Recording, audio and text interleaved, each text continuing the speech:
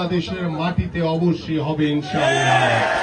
আমরা জানি ওই ঘটনার পরে যখন ওই পরিবারের সদস্য হিসেবে ইয়াসিন আলী তিনি মামলা করার যখন প্রস্তুতি নিয়েছিলেন, বিভিন্নভাবে মামলা করার জন্য বিভিন্ন জায়গায় দৌড়াদৌড়ি করছিলেন, ঠিক তখনই ওই ইলিয়াস মোল্লা আওয়ামী লীগের দালাল সন্ত্রাসীরা, এই জুয়েল রানা সহ যুবলীগের সন্ত্রাসী বাহিনীরা সেই ইয়াসিন আলীকে বাসের চাকায় পিষ্ট করে হত্যা করেছে।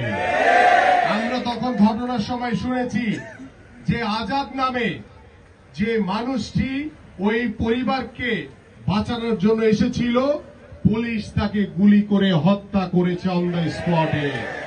তার বিচারও কিন্তু এখন পর্যন্ত বাংলাদেশের মাটিতে হয়নি।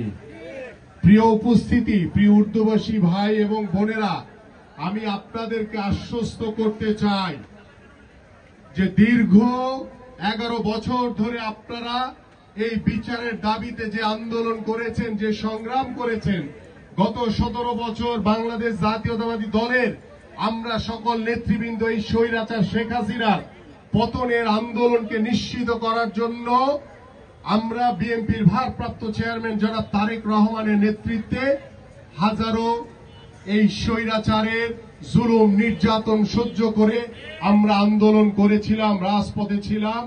আপনারাও আমাদের সাথে ছিলেন, কারণ আমরা বিশ্বাস করি যে আপনারা কোন দলের না, কারণ আপনারা উর্দুভাষী।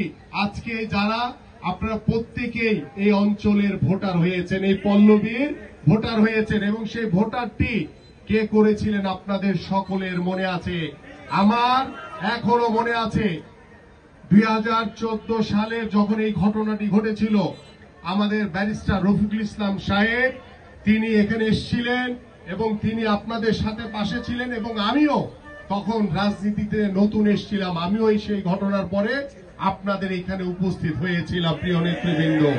এবং আমাদের ব্যারিস্টার রফিকুল ইসলাম সাহেব আপনাদের পক্ষে রায় আনার জন্য, আপনাদেরকে ভোটার করার জন্য তিনি এককভাবে সকল কিছুর সাথে সমঝোতার মাধ্যমে তিনি আপনাদেরকে বাংলাদেশের নাগরিক হিসেবে প্রতিষ্ঠিত করেছিলেন। এবং আপনারা আজকে সকলেই একজন বাংলাদেশী। আমি আপনাদেরকে আলাদা করে দেখতে চাই না, আপনারা আমার পরিবারের একজন, আপনারা আমার পরিবারের একজন সদস্য, আপনারা সবাই বাংলাদেশী। আমরা হয়তোবা বোঝানোর জন্য বা পরিচিত করার জন্য আমরা হয়তোবা বলি উর্দুভাষী সংগঠন এইটা বা